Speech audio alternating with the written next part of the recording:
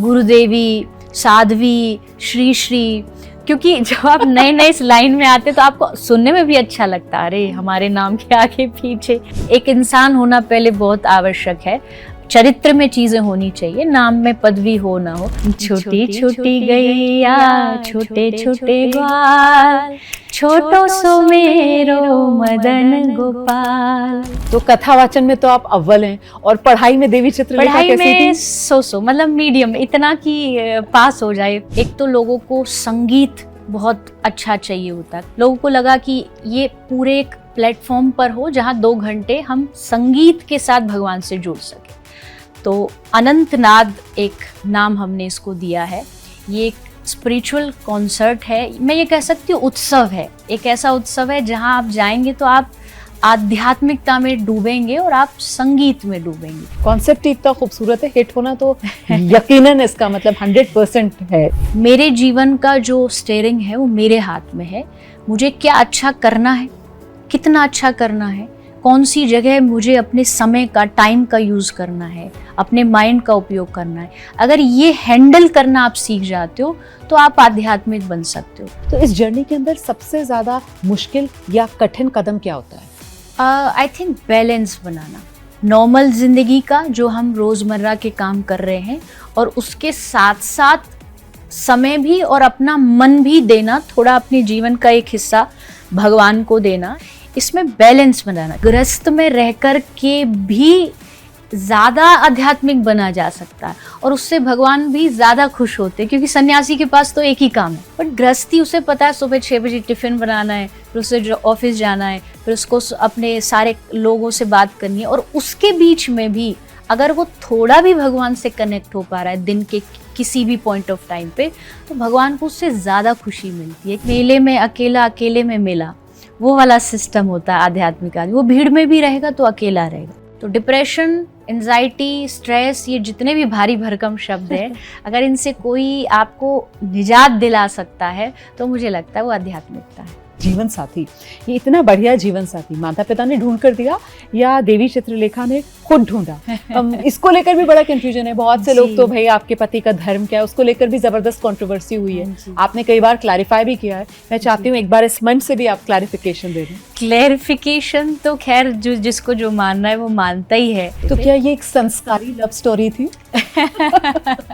ये नया नाम है। मुझे लगता है जो इस चीज से जुड़ रहे हैं वो एज अ ट्रेंड ना जुड़े, कि धर्म अभी ट्रेंड में चल रहा है तो चलो हम भी वो कर लेते। भगवान जिसको चुनता है वो कहीं भी चुन सकता है। वो ऊपर वाला जब किसी पे कृपा करता है वो ना देश देखता है, ना वो धर्म मजहब कुछ नहीं देखता, वो किसी को भी अपना बना लेता है। आप एक कथावाचक हैं, लेकिन लोग जो हैं वो आपके लाइफस्टाइल को लेकर आप पे टीका टिप्पणी करना, किस तरीके का आपका पहनावा है या कितनी महंगी महंगी चीज़ें आप इस्तेमाल कर रही हैं, इसको लेकर जो विवाद होता है, मन दुखी होता है। जहाँ तक बात लग्जरी की आती है तो ठीक है, लग्जरी भगवान ने हमें दी है और हम उसको स्वीकार करते हैं, क्योंकि जिसका बॉस इतना बड़ा हो उसकी हम नौकरी करते तो फिर क्यों ना जी। ना कोई उल्हाना, ना कोई अर्जी, कर लो करा लो प्यारे जो तेरी मर्जी।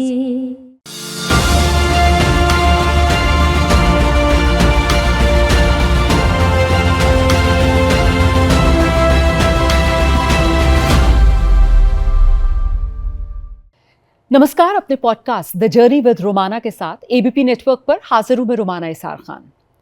सनातन धर्म की धारा को ब्रज ने कई ऐसे कथावाचक, ऐसे संत दिए जिन्होंने धर्म का प्रचार न सिर्फ देश बल्कि दुनिया में भी जोर शोर से किया। अच्छा, ये जो क्षेत्र है इसकी एक विशेषता और ये भी रही कि खासतौर से बाल संत, बाल कथावाचक जो है, उन्होंने धर्म के झंडे को बुलंद किया और बड़े बड़े धुरंधर जो हैं वो देखते रह गए। आज पॉडकास्ट में मेरे साथ जो मेहमान हैं उनकी शुरुआत भी कुछ ऐसे ही हुई। 4 साल की नन्ही सी उम्र थी जब उन्होंने भक्ति की राह पकड़ ली। 6 साल की छोटी सी उम्र में मंच से उन्होंने कथा कही और अब आज देश दुनिया में अपने कथावाचन के लिए, अपने भजनों के लिए और बड़ी बात अपनी गौ सेवा के लिए वो खूब जानी जाती हैं। क्या आप जानते हैं आज के दौर में सबसे मनमोहिनी कथावाचक अगर उनको कहा जाए तो शायद गलत नहीं होगा। लोकप्रियता ऐसी है कि मिलियंस पे उनके फॉलोअर्स हैं और अब तो अपनी एक नई लकीर खींचती हुई वो नजर आ रही हैं क्योंकि अपना डिवोशनल कॉन्सर्ट लेकर वो आ रही हैं। इसके बारे में भी आगे विस्तार से चर्चा करेंगे। तो इतने हिंट्स दिए मैंने, आप समझे या नहीं? चलिए आपका परिचय करा देते हैं। आज द जर्नी विद रोमाना में खास मेहमान हैं देवी चित्रलेखा। बहुत धन्यवाद आने के लिए। धन्यवाद मुझे बुलाने के लिए एंड इतना अच्छा इंट्रोडक्शन देने के लिए। आई होप कि आपके इस जो आपने शब्द उपयोग किए हैं उनमें मैं खरी उतरूं और जो लोग आज सुनेंगे उन्हें लगे कि ये सब जो पद दिए गए हैं इनके लायक है। आप तो सारी कसौटियों पर पहले ही खरी उतर चुकी हैं। ये बताइए मुझे, 4 साल की उम्र, मतलब बच्चियां खास तौर से वो गुड़ियों और सहेलियों से ही नहीं उनका दिल भर रहा होता है, और आप शास्त्रों में डूब गई। क्या हुआ, कैसा था बचपन? बचपन बहुत अलग था। मैंने भी खेल खेले पर गुड़ियों के नहीं खेले। माइक बना करके आर्टिफिशियल नकली श्रोता बच्चे बिठा करके उनके साथ खेलना शुरू किया। और बचपन बहुत ही आध्यात्मिकता में बीता हुआ मिला क्योंकि पारिवारिक माहौल बहुत भक्तिमय था। पेरेंट्स, ग्रैंड पेरेंट्स सब पहले से ही भक्ति में डूबे हुए थे, तो उनका सानिध्य। एंड सेकंड, वृंदावन में जन्म हुआ तो वहाँ की मिट्टी में ही भक्ति लेके बच्चा पैदा होता है। वहाँ का बच्चा जन्म लेते ही मुझे लगता है भजन उसके दिमाग में, राधा राधा उसके दिमाग में रहता ही है। तो वो सब संस्कार और कुछ शायद पिछला कुछ रहा होगा, वो सब जब एक दूसरे से मिलते चले गए तो यात्रा शुरू हुई। और 7 साल की उम्र में पहली बार 7 दिन की भागवत कथा मैंने करी व्यासपीठ पे बैठ के। और वो जब वीडियो में आज खुद भी देखती हूँ तो बड़ी अजीब लगती है कि क्या ये मेरा ही वर्जन है, मैंने ये सब किया है। पर वो उस समय मुझे लगता है उस समय के लिए, परिवार के लिए भी, क्षेत्र के लिए भी और आध्यात्मिक क्षेत्र के लिए भी बहुत नई बात थी। कि कोई डर, कुछ झिझक नहीं हुई? मतलब 7 साल की उम्र आप अपनी बता रही हैं, और कितनी संख्या में लोग रहे होंगे उस समय? बहुत, मुझे अभी तक भी उसकी वीडियोस जब मैं देखती हूँ, बहुत वो जंगल था जहाँ कथा हुई थी। तो पहली कथा थी, ये वृंदावन के पास एक तपोवन जगह है जी। तो परिवार ने सोचा कि ये शहर गांव सबसे दूर है, तो पहली बार व्यासपीठ पे बैठी, हो सकता ना बोल पाए तो एटलीस्ट लोग नहीं होंगे तो इतना ज़्यादा वो नहीं होगा, डरेगी नहीं। हाँ। लेकिन वहाँ भगवान की कृपा से पहली कथा में 8 से 10 हज़ार लोग आए देखने के लिए, क्योंकि 2 चीज़ थी, एक लड़की कथा करी और एक 7 साल की बच्ची है। हाँ। तो वो एक मेले जैसा था। रिपोर्टर्स आ गए, मीडिया आ गई, तो ऐसे करते करते वो जर्नी, यात्रा शुरू ही भगवान ने ऐसी कराई कि लोग उससे कनेक्ट हो गए पहली ही बार में, और बस तब से बस चल ही रहा है। तो अगर मैं ये कहूँ कि उसी मंच से देवी चित्रलेखा का जन्म हुआ तो ये सही होगा क्या? हाँ, कह सकते हैं, क्योंकि उससे पहले भी मैंने छोटे छोटे प्रवचन किए कुछ, क्योंकि भजन गाने का बहुत शौक था तो भजन गाती थी। किसी दूसरे की कथा में गए तो वहाँ जाके कुछ गा दिया, उनने माइक दे दिया, तो ऐसे यात्रा चलती रही। लेकिन क्योंकि भागवत एक बहुत बड़ी जिम्मेदारी होती है, अनुष्ठान होता है 7 दिन का, तो वो पहली बार करी। थोड़ा उस समय आयु कम थी तो मैच्योरिटी भी इतनी नहीं थी, शायद उस समय सिर्फ अच्छा लगता था कि कथा करना है।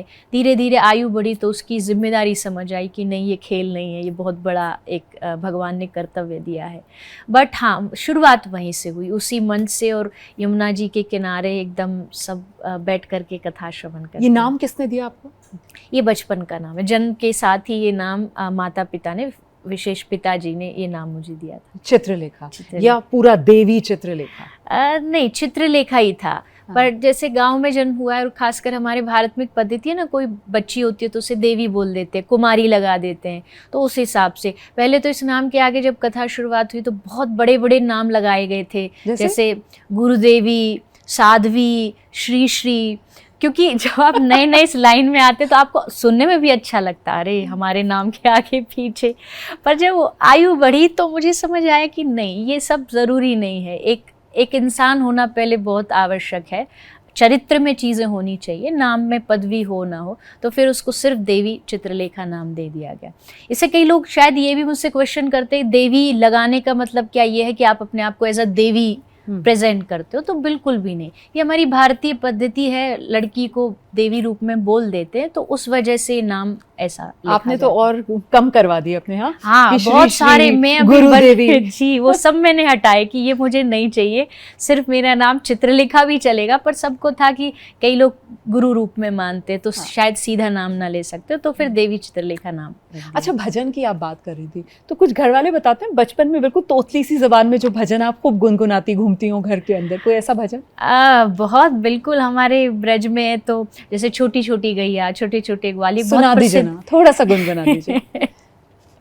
बहुत एक प्रसिद्ध भजन है। हाँ। बच्चे हर घूमते फिरते एज अ पोयम हमें घर में ये सिखाया अच्छा। जाता है कि आप इसको गाते गाते चलो। छोटी छोटी गैया छोटे छोटे ग्वाल, छोटो सो मेरो मदन गोपाल, आगे आगे गैया पीछे पीछे ग्वाल, बीच में मेरो मदन गोपाल, छोटी छोटी गैया छोटे छोटे ग्वाल, छोटो सो मेरो मदन गोपाल। क्या बात है। ये हम बचपन में ऐसे पोयम जैसे सिखाते हैं ना बच्चे को, तो हमारे ब्रज में ये भजन सिखाए जाते हैं कि बच्चा बचपन से कविताएं नहीं गाता, ये ऐसे भजनों में ही गाता रमा रहता है। जी। पर देवी चित्रलेखा जी, जैसा आपका बचपन जिस माहौल में, तो उस माहौल में तो और भी इतने बच्चे होंगे और सब बच्चे इसी तरीके से मतलब भजन गा रहे होंगे, उसी माहौल में रह रहे होंगे, और आपके परिवार में भी और बच्चे होंगे। हाँ जी। आप में क्या खास था और वो खासियत किसने पहचानी? आपके पिता ने, आपके जी। बाबा ने,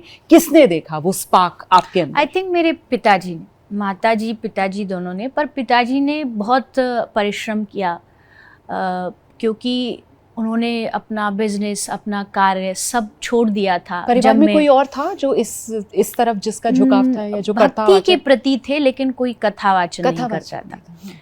तो उन्होंने बचपन में जगह जगह लेकर के जाना, जिन संतों की कथा से मुझे कुछ सीखने को मिल सकता है। आयु कम थी तो कुछ लिखना नहीं आता था, तो वो नोट्स बना के दे देते थे। कोई अच्छा भजन उनको लगा, उन्होंने ला के दे दिया कि इसको याद करो, ये अच्छा रहेगा। तो उनका पूरा सपोर्ट रहा बचपन से ही। और सेकंड, जो मेरे गुरु थे जिनसे मेरी मंत्र दीक्षा हुई, उन्होंने 4 साल की एज में दीक्षा दे दी थी। तो उन्होंने बचपन से बहुत संभाला कि ऐसे भजन करना चाहिए, ऐसे इस लाइन क्षेत्र में। यद्यपि कथा वो भी नहीं करते थे, लेकिन भजन बहुत करते थे। तो उनका और माता पिता परिवार का साधन ऐसा मिला मुझे कि वो जो मुझे लगता है पीछे जो कुछ किया होगा मैंने किसी लाइफ में, वो यहाँ करके ऐड हो गया, और वो जर्नी बहुत कम एज से स्टार्ट हो गई। क्या बात है। और फॉर्मल स्कूलिंग, फॉर्मल एजुकेशन वो हुआ? वो भी हुआ क्योंकि परिवार का मानना था कि पढ़ाई भी उतना ही ज़रूरी है। मैंने सीबीएसई बोर्ड से पहले 12th किया, फिर ग्रेजुएशन किया।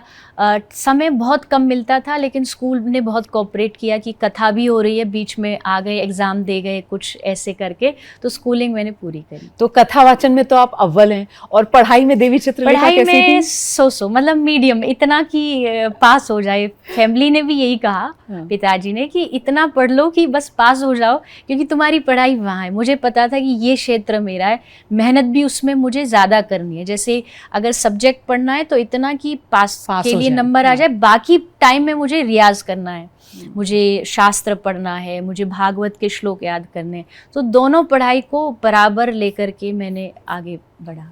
आप जितना कथावाचन के लिए जानी जाती हैं, उतना ही आप अपने भजनों को लेकर भी लोकप्रिय है। जी। और अब ये जो आप डिवोशनल कॉन्सर्ट लेकर आ रही हैं, ये तो बिल्कुल एक नया कॉन्सेप्ट है। क्या है ये कॉन्सेप्ट? जी, जैसा मैंने बहुत कम आयु में कथा शुरू कर दी, कथा से लोगों के जीवन में कुछ बदलाव आता गया।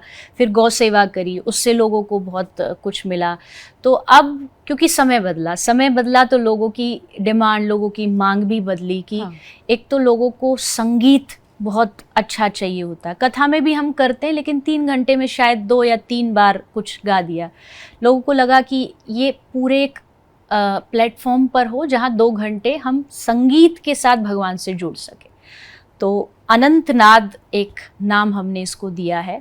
ये एक स्पिरिचुअल कॉन्सर्ट है, मैं ये कह सकती हूँ उत्सव है। एक ऐसा उत्सव है जहाँ आप जाएंगे तो आप आध्यात्मिकता में डूबेंगे और आप संगीत में डूबेंगे। ये स्वर से आपको ईश्वर की ओर ले जाने की एक जर्नी है, एक यात्रा है। नाम भी हमने दिया इसको म्यूजिक फॉर द सोल, कि शरीर का खाना तो आप कहीं से भी ले सकते हो, लेकिन आत्मा की डाइट कहाँ से मिलेगी। तो लोगों को संगीत अट्रैक्ट भी करता है, लोग उससे जुड़ पाते हैं। तो हमने ये 23 अगस्त से दिल्ली में फर्स्ट इसका ग्रैंड प्रीमियर कर रहे हैं और आशा है कि इसको हम पूरे भारत और भारत से बाहर सब जगह लेकर के जाएंगे और इससे लोगों को जोड़ेंगे ताकि वो इस कॉन्सर्ट के माध्यम से भक्ति से जुड़ पाएं। हमारी ढेरों शुभकामनाएं आपके लिए। बहुत बहुत धन्यवाद। आप भी जरूर आइएगा। जी जी बिल्कुल, मुझे बहुत ही खुशी होगी। मैं एक्चुअली आकर उसको विटनेस करना चाहती हूँ और एक्सपीरियंस करना चाहती हूँ। मुझे थोड़ा सा बताइए इसके बारे में, क्या ये सिर्फ संगीत होगा या फिर इसमें सुर भी होंगे? बिल्कुल, जैसे मैंने कहा स्वर से ईश्वर की ओर, इसमें पूरा प्रॉपर जैसे एक अच्छा भजन भी गाए संगीत जाएंगे। होगा, भजन ही गाए जाएंगे, भजन ही बीच बीच में उसमें, क्योंकि कथा मेरा काम है। हाँ। तो उसको समझाना, उसको डिफाइन करना। आज के टाइम में इतनी स्ट्रेसफुल लाइफ हो गई है कि आदमी को अगर ये कहा जाए कि 10 मिनट तू आंख बंद कर, तो शायद वो घबरा जाएगा, क्योंकि उसके अंदर का शोर उसे कुछ चीज़ सुनने नहीं देता है। तो उस 10 मिनट में हम उनको कुछ ऐसी चैंटिंग्स, कुछ ऐसा मेडिटेटिव म्यूज़िक साथ में देंगे कि वो हमारे साथ बैठ के 10 मिनट के लिए भूल जाए सारी दुनिया और सिर्फ उसमें फोकस करें कि उसकी जो इनर पीस है, उसकी जो अंतरात्मा है, उससे कैसे जुड़े। सेकेंडली, आज एक बहुत ज़्यादा भक्ति से जो लोग जुड़े हैं या जिनको बहुत शांति चाहिए, उन्हें एक जगह नाम याद आता है, वृंदावन। बट जॉब है, काम है, बच्चे हैं, तो कई बार नहीं जा पाते। तो हमने विचार किया संगीत और भक्ति के माध्यम से हम उनके शहर में वृंदावन का एक्सपीरियंस लेके जाएंगे। जब वो एंट्री करें इस कॉन्सर्ट में और एग्जिट तक उनको ऐसा फील हो कि वो अपने शहर में नहीं, वो वृंदावन में, वहाँ का वातावरण, वहाँ का भाषा, वहाँ का संगीत, सब कुछ उन्हें ऐसा मिले। तो एक बहुत हमारी जो पूरी टीम है, अल्फांसो, ट्राइब वाइब, उनके द्वारा एक कॉन्सर्ट ऐसा डिज़ाइन किया गया है कि यहाँ मीरा के भाव भी होंगे, सूरदास भी गाएंगे, यहाँ कबीर जी भी गाएंगे। क्या बात है। तो सारे, और भारत का जितने भी स्टेट हैं, कभी हम जगन्नाथपुरी भी जाएंगे, कभी हम द्वारिकाधीश जी को प्रणाम करके आएंगे। तो हर चीज़ को मिक्स करके एक ही जगह इस पूरे कॉन्सर्ट में हमने डिज़ाइन किया। बहुत ही सुंदर कॉन्सेप्ट, इतना खूबसूरत है। हिट होना तो यकीनन इसका मतलब 100% है, इसमें कोई दो राय नहीं है।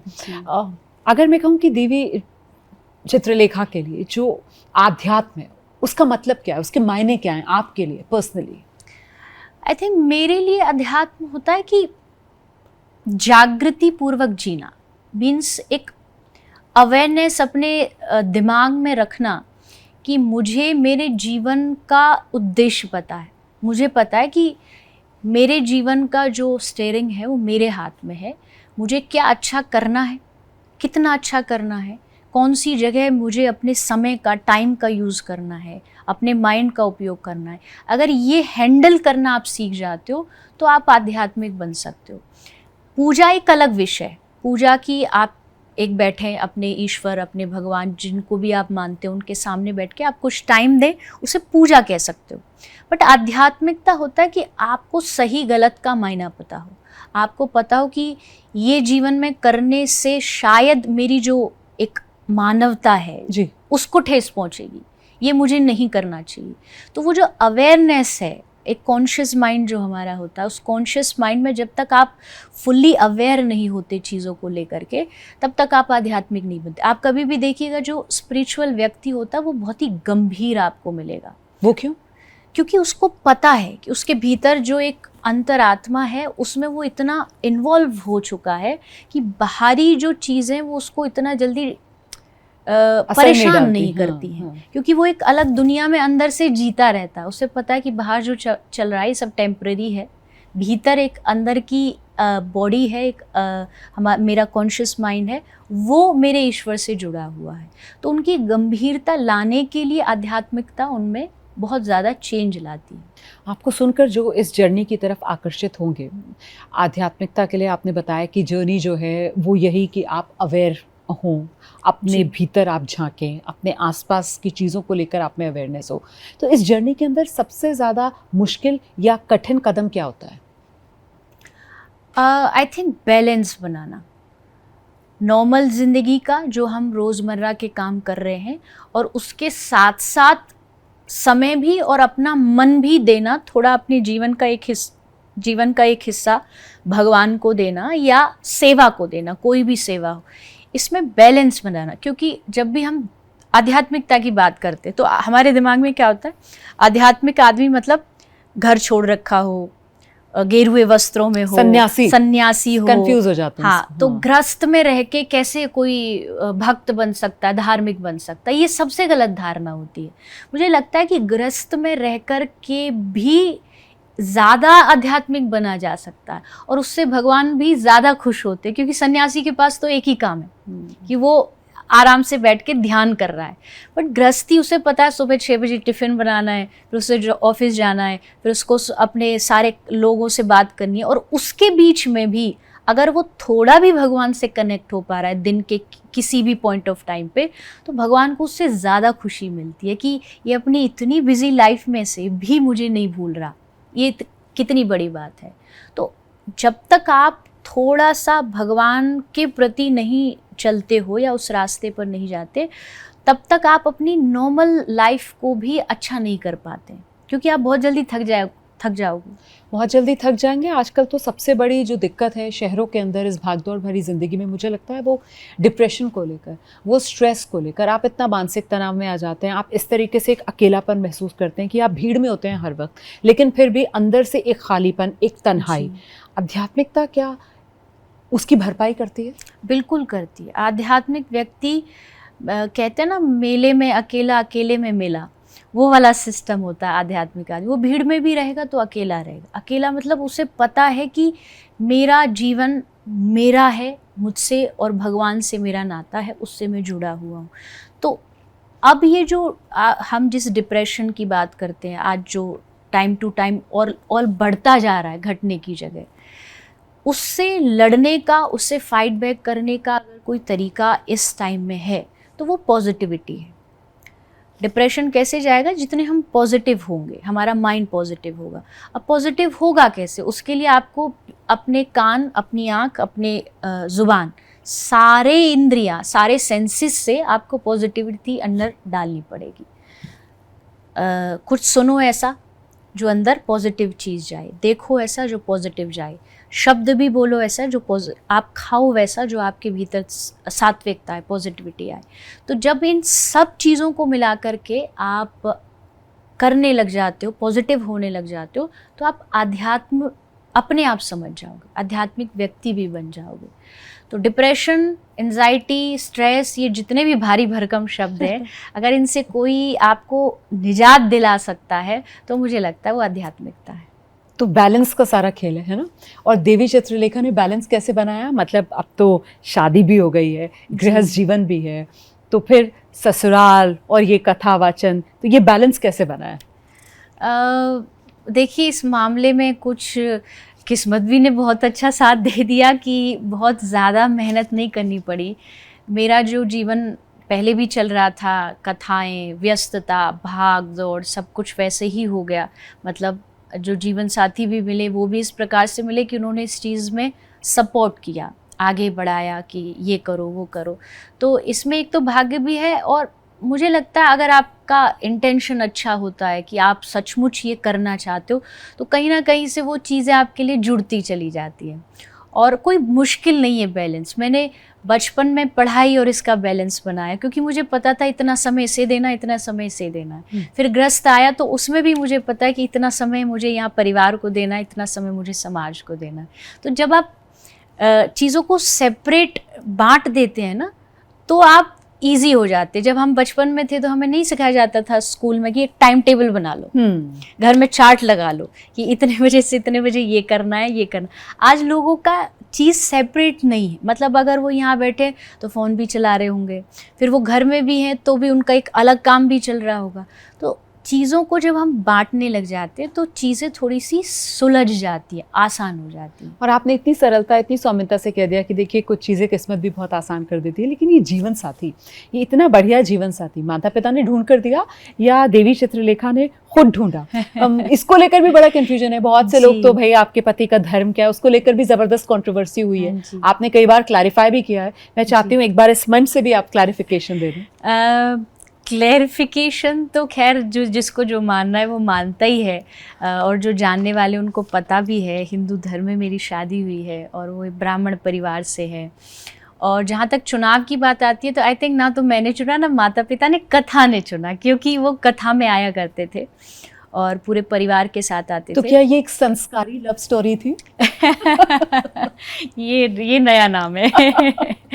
पर उनका परिवार कथा में आया करता था, तो फिर उनके परिवार ने मेरे परिवार को अप्रोच किया कि अभी तो शायद आयु कम है, लेकिन जब आपको लगे ऐसा कभी विचार मन में आए तो हमारा ये बच्चा है, आप कंसिडर कर सकते हैं। और मेरे साथ एक सबसे बड़ी बात ये थी, क्योंकि मैं एक संस्था चलाती हूँ, एक हॉस्पिटल है पशुओं का, वेटनरी हॉस्पिटल, गायों का है, तो मुझे छोड़ के कहीं नहीं जाना था। मुझे ये था कि ये सेवा रुकनी नहीं चाहिए, ऐसा हो कि मेरे साथ आके कोई इस सेवा को आगे बढ़ाए, कोई आपका हाथ बटाया। हाँ जी। हाँ। तो उस मामले में भगवान ने फिर पहले, मुझे लगता है शायद मेरी अगर समझ में है, मेरे माता पिता परिवार ने पहली बार ही कभी शादी की बात करी होगी, और जिससे करी थी वहीं शादी हो गई। तो ऐसा भी नहीं था कि कहीं ढूंढना पड़ा, भागना पड़ा। तो मुझे लगता है वो लिखा था भगवान ने शायद कि आप आगे चल करके इस काम में कोई बाधा भी नहीं आए और वो आपका साथ दे के आगे बढ़ा सके। मतलब जो पहला रिश्ता आया वहीं पर हाँ हो गई और वहीं बात बन गई। जी, इसीलिए मैंने कहा संस्कारी लव स्टोरी ना। शायद हाँ बोल सकते हैं।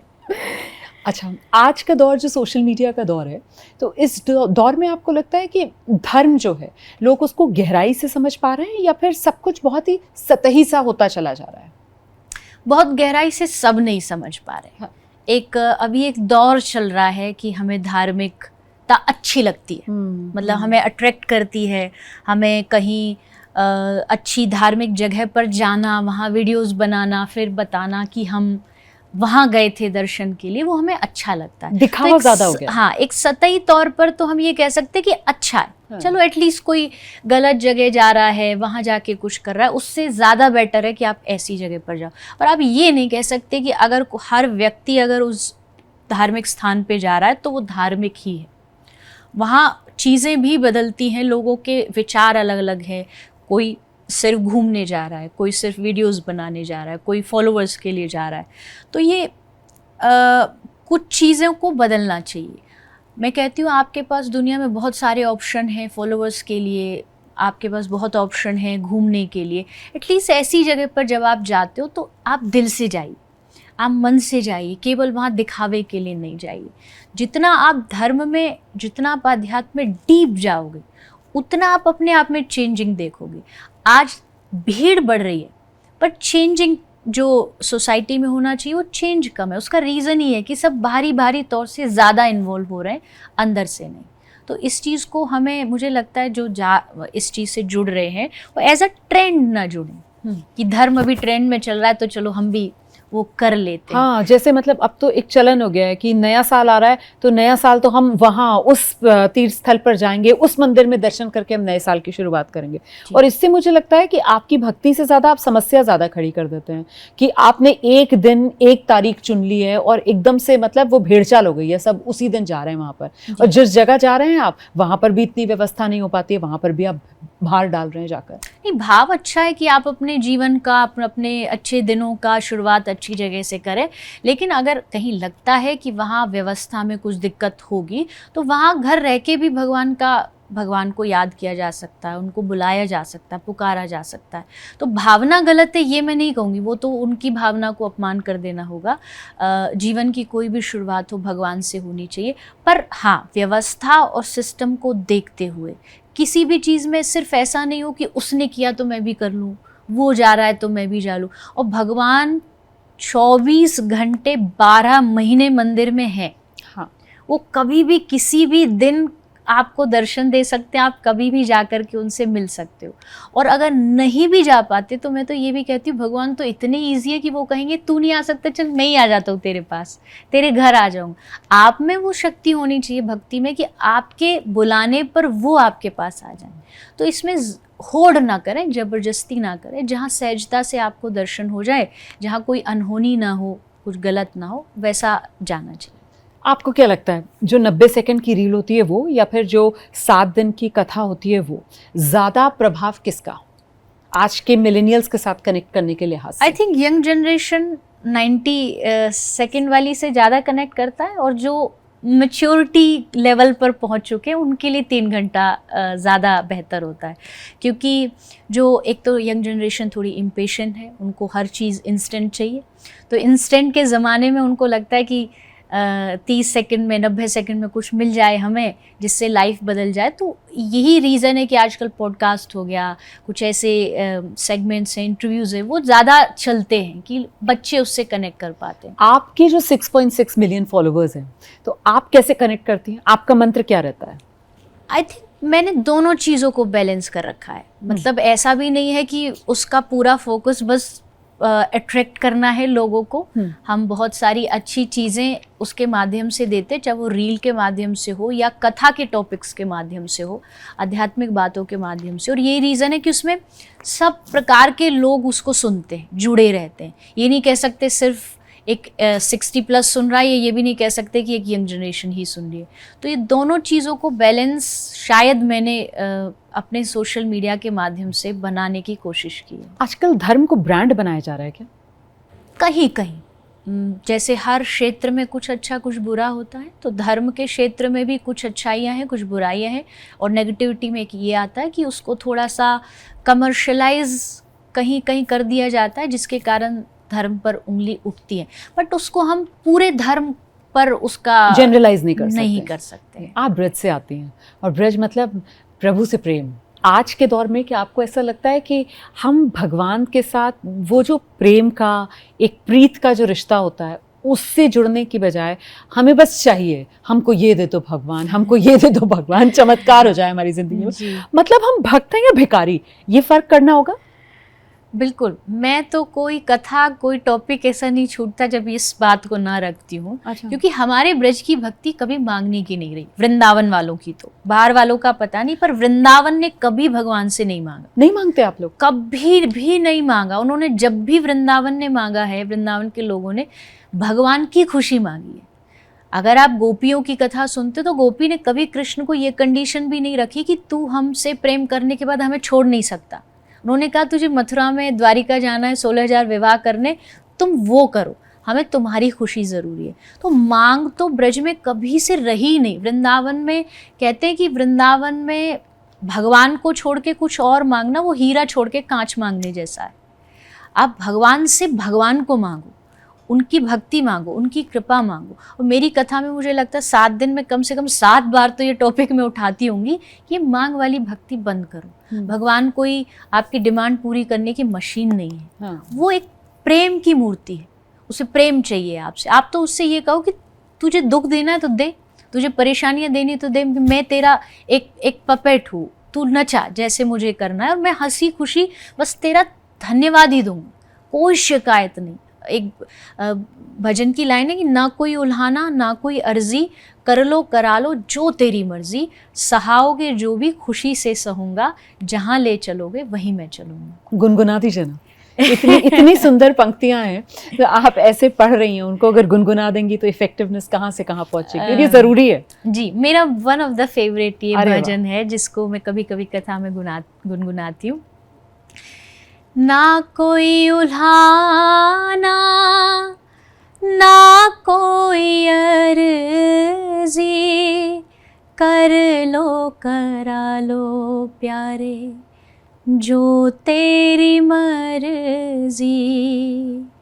ना कोई उल्हाना ना कोई अर्जी, कर लो करा लो प्यारे जो तेरी मर्जी, सहाओगे जो भी मैं खुशी से सहूँगा, जहाँ ले चलोगे वहीं मैं चलूँगा।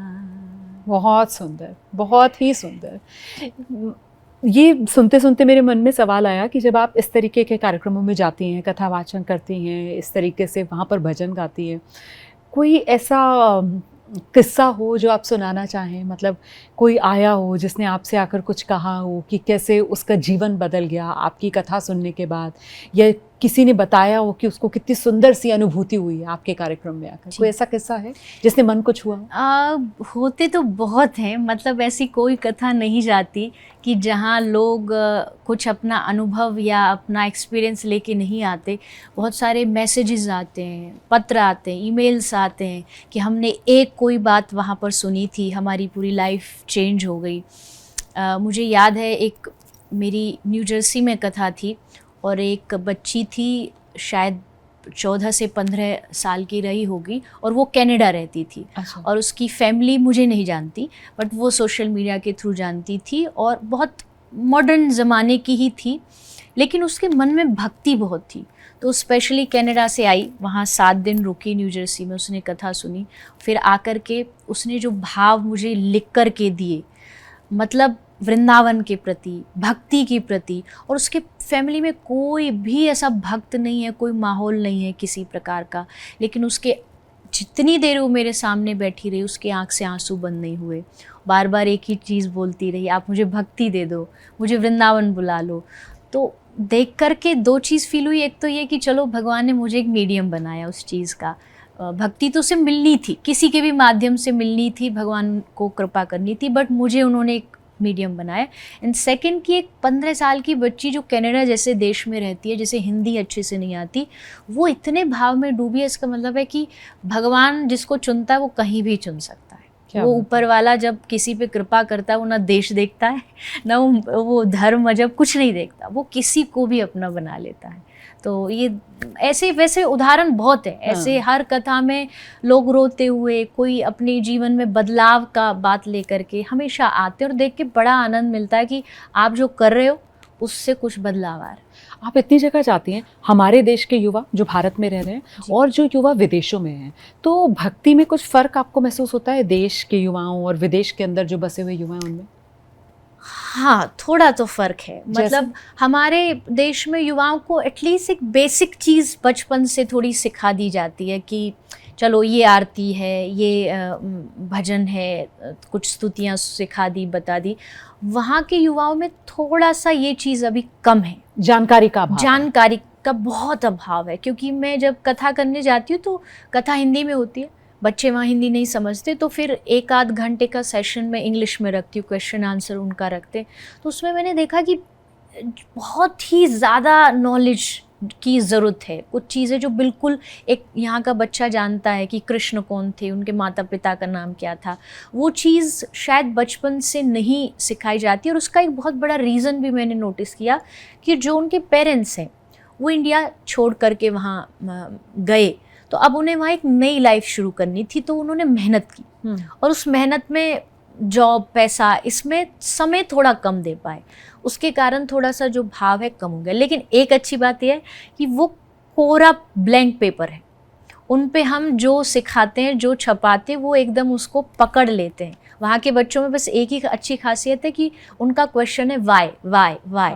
अगर उस वाई का प्रॉपर आंसर दे देते हो तो वो उस चीज़ को फिर आपको इग्नोर नहीं करें। और हमारे यहाँ वाले थोड़े से आड़े टेढ़े क्वेश्चंस, क्योंकि वो ऑलरेडी बहुत ज़्यादा ज्ञानी है ना बहुत तो उनको ये है कि अरे ये हमको क्या बताएंगे, ये हमें क्या सिखाएंगे। तो वो थोड़ा सा डिफरेंस जो मैंने नोटिस किया। अच्छा, इतना प्यार मिलता है और मेरे ख्याल से फिर निशाने पर भी इतना ही लिया जाता है, विवाद भी बहुत हो जाते हैं।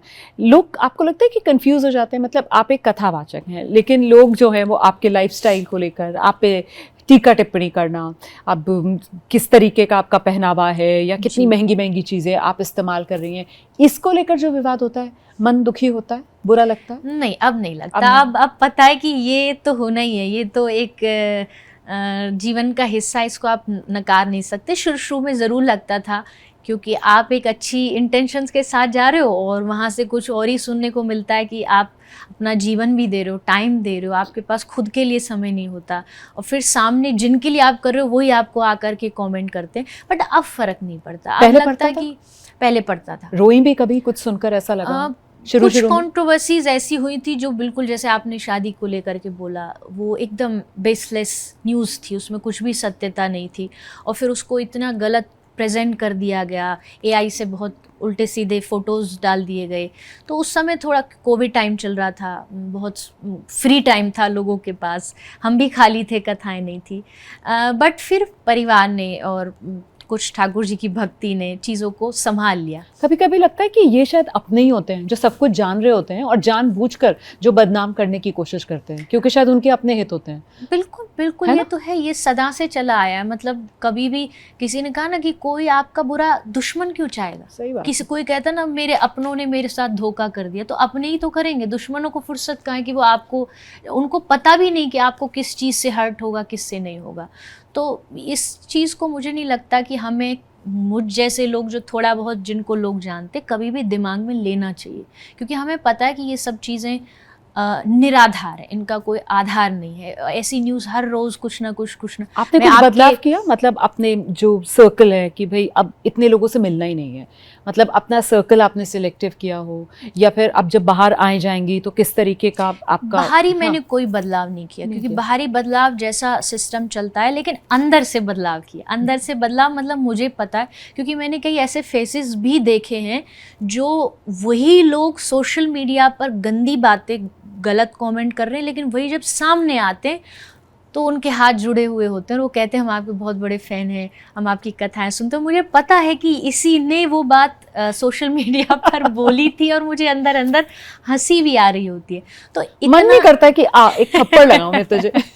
नहीं, इतना तो अभी तक नहीं किया, बट ये समझ आ गया कि जितना अंदर से डिस्टेंस रखोगे ना, ये ना मान के चलो कि ये हमेशा आपके साथ है, ये कभी भी बदल सकता है। ये समाज है, ये दुनिया है, ये एक पल में गाली, एक पल में वाहवाही, एक पल में हाथ जोड़ना, एक पल में आपको अपमान करना, ये चलता रहेगा। तो इससे जितना आप बच सको उतना बेहतर। तो मतलब फिर तो दुनिया में आए हैं तो किसी से कोई लगाव, किसी से कोई उम्मीद कुछ भी नहीं करनी है?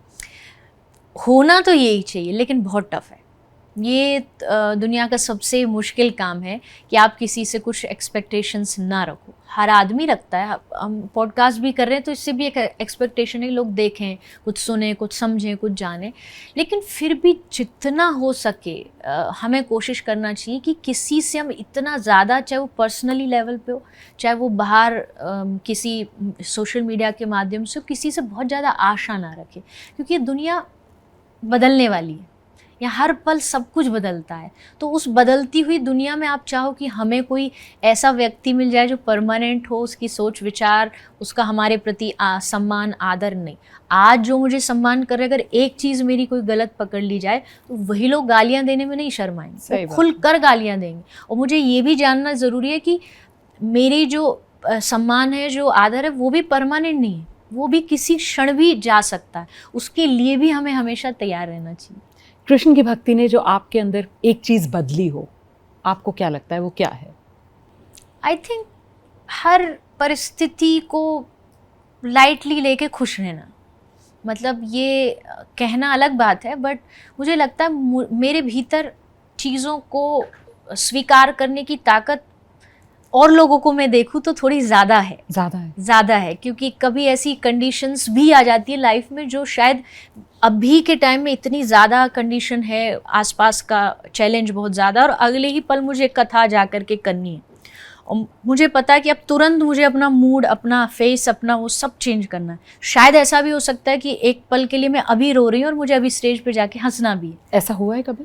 होता है कभी कभी लाइफ के चैलेंजेस होते हैं, सबकी लाइफ में होते हैं, तो वो स्विंग करना सबके लिए आसान नहीं होता, या आदमी छोड़ के भागने की कोशिश करता है कि मैं नहीं कर पाऊँ, पर मुझे लगता है मुझ में वो शक्ति है। तो ये तो आपकी स्ट्रेंथ, ताकत हो गई। कमजोरी क्या है देवी चित्रलेखा की? कमजोरी पहले ज़्यादा थी, अब थोड़ी चेंज करिए, लोगों पे जल्दी भरोसा करना वो थोड़ा था कि ये शायद, जैसा मैंने कहा कि ये अपने हैं, ये शायद साथ देंगे, ये शायद, वो अब चीज़ कम कर दी है मैंने। ख़त्म तो शायद नहीं कह सकती हो गई है, बट कम ज़रूर कर दी है। उससे समझ आ गया कि आप अपने आप को ही कमज़ोर बना रहे हो। अगर आप किसी को ये मौका दे रहे हो कि ये मेरा मूड अच्छा कर दे, ख़राब कर दे, खुशी दे दे, दुख दे दे, तो इसका मतलब आप अपने आप को कमज़ोर कर रहे हो।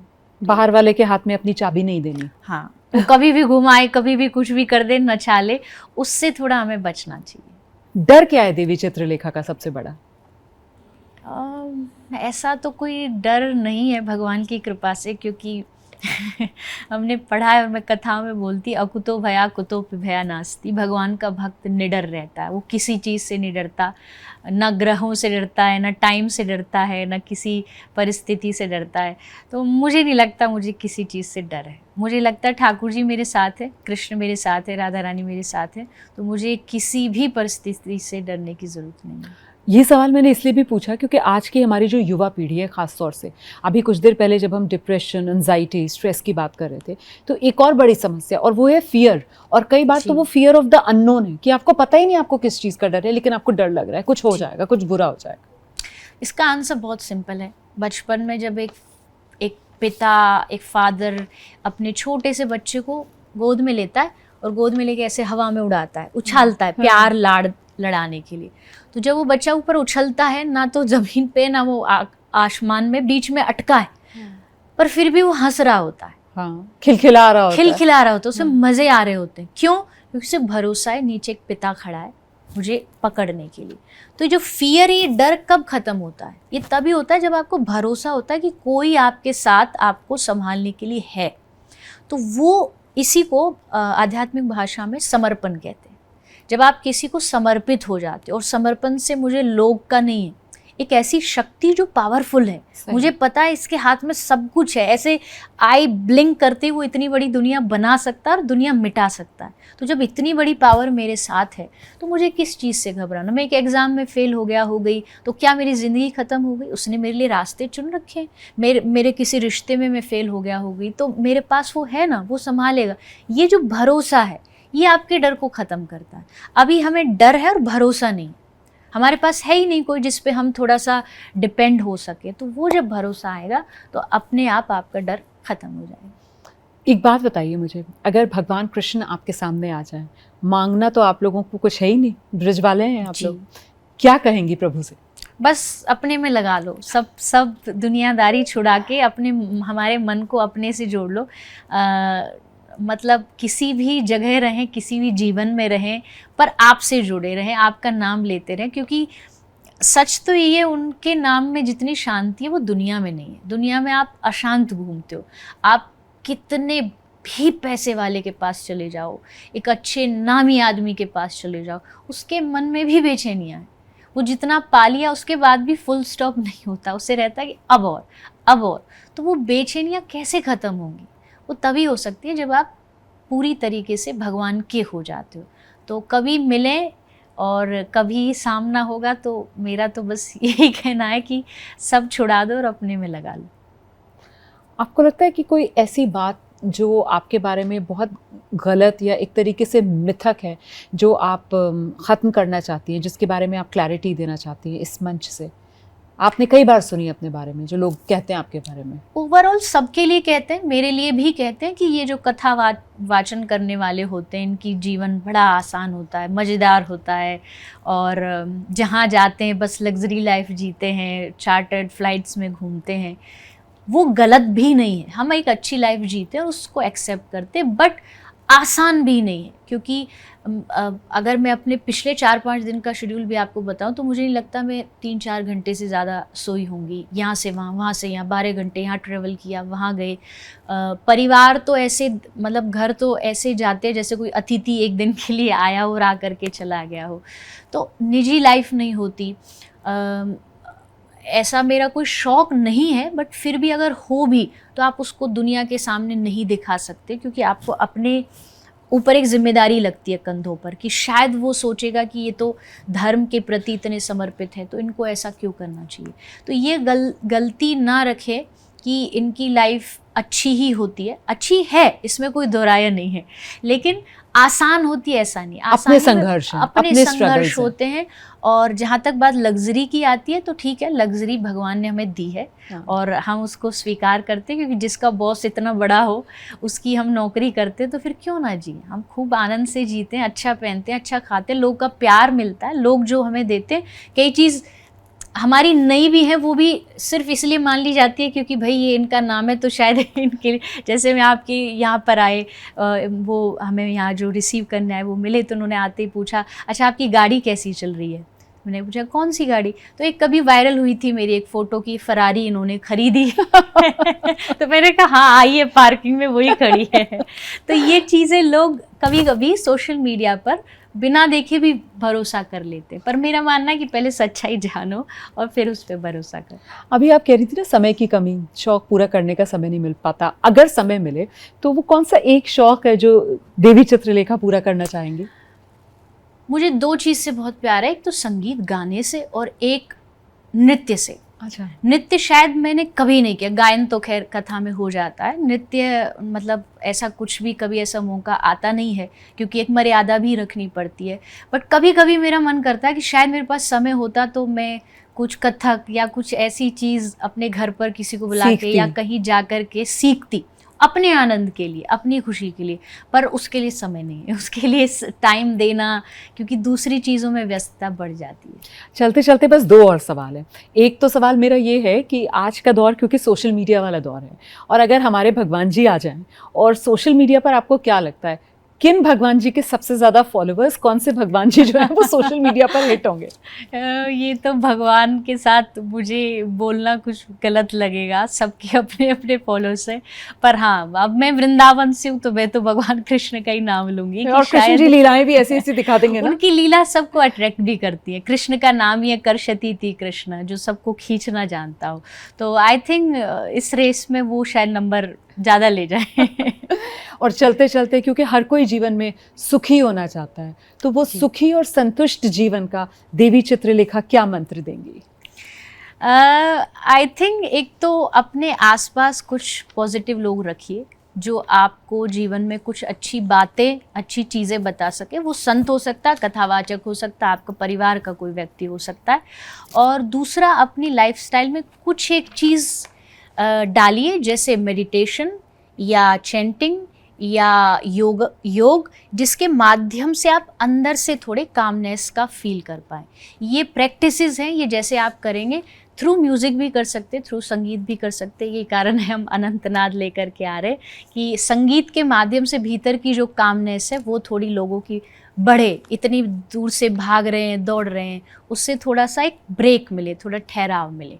तो ये कुछ प्रैक्टिसेस हैं, इनको करने से आप सुखी और सार्थक जीवन पा सकते हैं। बहुत धन्यवाद देवी चित्रलेखा जी हमारे इस पॉडकास्ट पे आने के लिए। तो ये सफ़र देवी चित्रलेखा का बहुत खूबसूरत सा ये सफ़र है। जितना आसान आपको वहाँ उस तरफ बैठकर नज़र आता है, इतना आसान नहीं है। इस सफ़र के भी अपने संघर्ष हैं, अपनी कठिनाइयाँ हैं, जिसको पार करके देवी चित्रलेखा आज इस मकाम पर हैं कि आपके हमारे हम सब के हृदय में बसती हैं।